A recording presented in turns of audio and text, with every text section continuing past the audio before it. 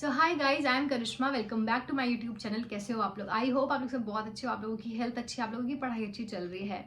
बहुत सारे लोग, जिन लोगों का सिलेक्शन हुआ है, उनको इतना कुछ आगे आफ्टर प्रोसीजर क्या है सिलेक्शन का जानने की इतनी जल्दी है कि मुझे इतने सारे डीएम्स आ रहे हैं on Instagram, on Telegram and comment section में भी आप लोगों ने बहुत सारे क्वेश्चंस पूछे हैं। पिछली बार मैंने आपको वीडियो में कहा था। So I am going to address all those things. जो भी इंपॉर्टेंट चीजें आज इस वीडियो में बात करने वाले हैं, तो आप लोग लास्ट तक देखना वीडियो। अगर आपने सब्सक्राइब नहीं किया तो एक बार सब्सक्राइब कर लो अभी और चैनल को लाइक कर दो। और बाकी जितने भी क्वेश्चंस हैं मैंने सब नोट डाउन कर लिए। I am going to talk about all those things कि क्या क्या होता है, और जिन लोगों का भी प्रिपरेशन कर रहे हैं या आप लोग प्रिपरेशन शुरू करोगे, आप लोगों के लिए भी वीडियो बहुत हेल्पफुल होने वाली है और बहुत इन्फॉर्मेटिव होने वाली है। तो चलो वीडियो शुरू करते हैं। तो एक चीज तो ये कि जिन लोगों का भी सिलेक्शन हुआ है आईबीपीएस के थ्रू अलग अलग बैंक्स में, देखो टर्म्स अलग अलग हो सकती हैं डिफरेंट बैंक की, लेकिन जो प्रोसीजर होगा मोर और लेस वो सेम ही होने वाला है। तो मैं वो जो मेरे बैंक के हिसाब से मैं आपको बताने वाली हूँ, मेरे एक्सपीरियंस के हिसाब से बताने वाली हूँ, लेकिन वो आप लोगों के लिए भी हेल्पफुल होगा। और उसी के अराउंड आपकी भी आसपास ही आपकी डेट्स भी आएंगे ज्वाइनिंग के, या फिर जो भी आपका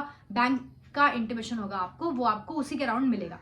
तो सबसे पहले मैं अगर अपनी बात करूं तो 1 अप्रैल 2022 को मेरा रिजल्ट आया था, और उसके बाद फिर कुछ टाइम के बाद ना एक एफजीएमओ की लिस्ट निकलती है कि आपको कौन सा सर्कल, अगर आप कहोगे उसको जोन कहोगे, वो अलॉट होता है। तो जैसे मुझे दिल्ली जोन अलॉटेड है अभी, तो वो जोन की लिस्ट आपको मिलती है। आपने जितने भी टेलीग्राम, किसी ने कुछ ना कुछ चैनल्स ज्वाइन कर रखे होंगे, ठीक है, चैनल टेलीग्राम ज्वाइन कर लिया या व्हाट्सएप कोई ग्रुप ज्वाइन कर लिया, तो उसमें मुझे वो लिस्ट मिली थी। वैसे वो आपके बैंक की वेबसाइट के ऊपर भी आ जाती है, आप वहां से भी चेक कर सकते हो। तो उसमें सबसे पहले आपको आपका सर्कल या आपका जोन या फिर आपका एफजीएमओ, जिसे हम कहते हैं फील्ड जनरल मैनेजर्स ऑफिस, आपको मिल जाता है।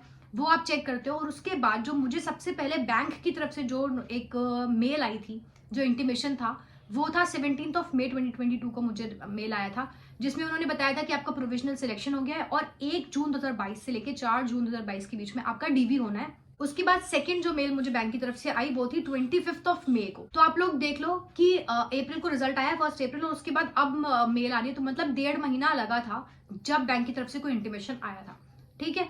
तो उसके बाद 25 तारीख को आता है कि आपका जो डीवी है, हर किसी का ना डीवी अपना एक कैंडिडेट का डेट अलॉटेड होती है। तो जैसे मेरा था 4 जून को, तो मेरा डीवी था।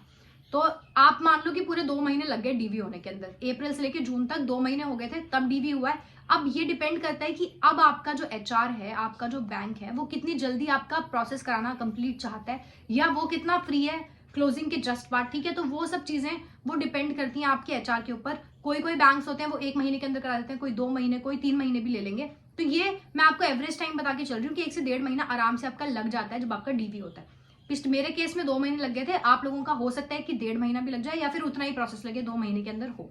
तो डीवी के मेल में क्या होता है? डीवी के मेल में एक तो वो आपको बताते हैं कि आपको ज्वाइनिंग किट मिलेगी, एंड ज्वाइनिंग किट आपको जो मिलती है वो कुछ इस तरह की दिखती है। ये ज्वाइनिंग किट होती है जिसके अंदर आपको नोट पैड, पेन और एनपीएस का फॉर्म, ऑनलाइन एप्लीकेशन फॉर्म जो आप बैंक अकाउंट अपना खुलवाओगे उसके लिए मिलती है, और आपके बहुत सारे इंडिमिनिटी बॉन्ड का फॉर्म होता है, और बहुत सारे एनेक्जर्स होते हैं, डिपेंडेंट का फॉर्म होता है। इस तरह के बहुत सारे फॉर्म्स हैं जो आपको मिलते हैं।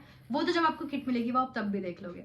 और दूसरा कि आपका डॉक्यूमेंट वेरिफिकेशन होगा, जिसमें कि वो सारी चीजें लिख कर देते हैं कि डॉक्यूमेंट वेरिफिकेशन में आपको कितने फोटोग्राफ्स लेने हैं। जैसे कि मेरे को लिख कर दिया था कि 10 फोटोग्राफ्स लेकर आने हैं, ओरिजिनल सारे डॉक्यूमेंट्स लेकर आने हैं, जो आपने एप्लीकेशन फॉर्म में फिल किया है वही चीजें उसमें मैच होनी चाहिए। जो आप ओरिजिनल्स ला रहे हो उन सब की आपको 1 सेट ऑफ फोटो कॉपी भी लेकर आनी है, ठीक है। उसके बाद आपको मेडिकल अपना करवाना है, और वो मेडिकल, या तो बहुत लोगों के डाउट्स थे मेडिकल से रिलेटेड, तो मेडिकल का मैं आपको बता देती हूँ। मेडिकल आपको या तो जो आपका बैंक होगा वो आपको बताएगा कि इस वाले हॉस्पिटल के साथ हमारा टाई अप है, आप उस हॉस्पिटल से कराओ। अदरवाइज आप किसी भी गवर्नमेंट हॉस्पिटल से करवा सकते हो, जिसमें कि आपको सीएमओ जो है वो स्टैंप कर कर देंगे, ठीक है, साइन एंड स्टैंप रहेगा वहां पर। और जितनी भी सारी चीजें, एक मेडिकल का फॉर्मेट होता है, उस मेडिकल के फॉर्मेट को आपको कंप्लाई करना है। वो मेडिकल का फॉर्मेट आप प्रिंट ले लेना, और उसके बाद वहां पर अपने गवर्नमेंट हॉस्पिटल में जाकर वो देना, वो लोग आपको बनाकर दे देंगे। तो जरूरी नहीं है कि आप उतना पैसा खर्च करो, क्योंकि 2 से 2,500 रुपए लग जाते हैं अगर आप किसी प्राइवेट में करवाने जाते हो, ठीक है। यूनियन बैंक का अपोलो के साथ है टाई अप, तो अगर वहां कराने जाओगे तो आपका 2,500 आराम से लग जाएगा। अगर आपको गवर्नमेंट में कराना है, मुश्किल से 100-1 रुपए भी नहीं लगेंगे, आई थिंक। उतने में आप करा के आराम से अपना स्टैंप करवा लो सीएमओ से, और वो लेकर आ जाओ, वो भी वैलिड होगा। लेकिन गवर्नमेंट हॉस्पिटल सही होना चाहिए, और जो आपके डिस्ट्रिक्ट हॉस्पिटल होते हैं वहां से करवा लो। तो अब बहुत से लोग पूछते थे कि अगर मेडिकल में फेल होते हैं तो क्या? देखो, ऐसे ना बहुत बहुत सिंपल बेसिक टेस्ट होते हैं, ऐसे कोई बड़ा टेस्ट नहीं होता है। ब्लड के टेस्ट होते हैं, आई टेस्ट होता है, और भी 2-4 टेस्ट वो सारे लिखे होंगे उसमें।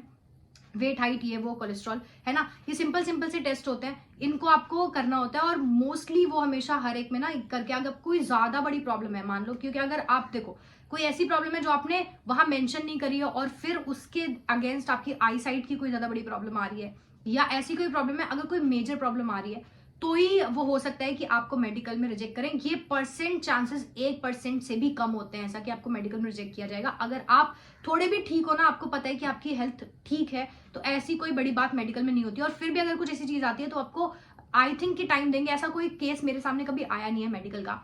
देखो मैं आपको एक चीज और बताती हूँ जो बहुत स्कैम होता है, और मुझे बहुत सारे कैंडिडेट से पता चला है। ऐसे बहुत सारे हॉस्पिटल्स होते हैं और ऐसे बहुत से लोग होते हैं जो ये चीजें करते हैं कि वहां पर जो एजेंट्स होते हैं वो आपको आकर बताएंगे कि आपके मेडिकल में कुछ इशू है और इस वजह से आपका मेडिकल रिजेक्ट हो सकता है, लेकिन वो ठीक करवा के दे देंगे वो रिपोर्ट, अगर आप उनको कुछ पैसे देते हो, 1000-2000, वो कितना भी आपसे मांग सकते हैं। तो इन सब चीजों के चक्कर में बिल्कुल भी मत पड़ना। ऐसी कोई बहुत hard and fast medical checkups आपके नहीं हो रहे, आप आर्मी में भर्ती होने नहीं जा रहे हो, ठीक है, बहुत बेसिक चेकअप्स होते हैं और उनके चक्कर में आप बिल्कुल मत आना। आप सीधे डॉक्टर से मिलना, जिस भी डॉक्टर से आप करवा रहे हो सारे टेस्ट, और जिस भी हॉस्पिटल से करा रहे हो वहां पर रिसेप्शन पर जाना, और जो मतलब ऐसे एजेंट्स वगैरह के चक्कर में आप बिल्कुल मत पड़ना, ठीक है। अगर वो कोई अंडरटेकिंग उन्होंने इंटरव्यू के टाइम आपसे ली थी तो वो आपको अभी प्रेजेंट करनी पड़ेगी।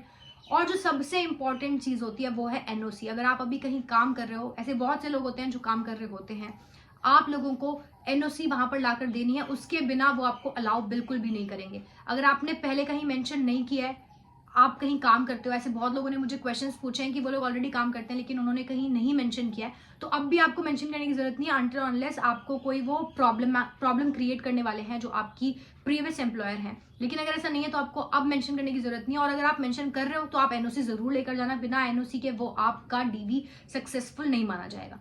और अगर आप में से ऐसे लोग हैं जो पहले से बैंक में ही जॉब कर रहे हैं, तो आप लोगों को अगर रेजिग्नेशन के रिगार्डिंग कोई भी इंफॉर्मेशन चाहिए, उसके लिए मैंने अपनी पूरी रेजिग्नेशन की जर्नी जो है वो डॉक्यूमेंट की है, आप लोग मेरे चैनल पर जाकर देख सकते हो।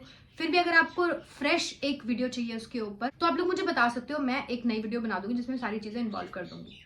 और उसके बाद जो बैंक से मुझे थर्ड मेल आई थी वो ट्रेनिंग के रिगार्डिंग थी। तो इसका मतलब है कि मतलब जब से ट्रेनिंग शुरू होगी वो हमारी डेट ऑफ ज्वाइनिंग थी, तो मैंने ज्वाइन किया था 4 जुलाई को। तो आप लोग देख सकते हो कि अप्रैल से लेके जुलाई तक जब ज्वाइनिंग हुई है तो उसमें 3 महीने निकल गए थे। 3 महीने के अंदर जो है ज्वाइनिंग हो गई थी। तो आप लोग भी अप्रोक्सीमेटली इस तरह से मानकर चल सकते हो कि 2 से 2.5 से 3 महीने के बीच में जितने भी लोग आईबीपीएस के थ्रू इस साल ज्वाइन हुए हैं उन लोगों को इस टाइम तक ज्वाइनिंग मिल जाएगी।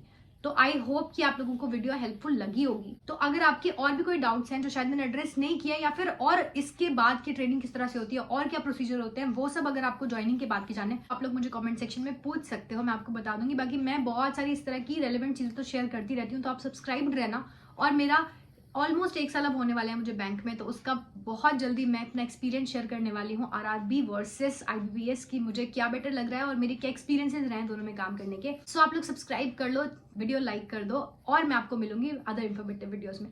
टिल देन ध्यान रखो अपना, अच्छे से पढ़ते रहो और बस मेहनत करते रहो। चलो बाय बाय, टेक केयर।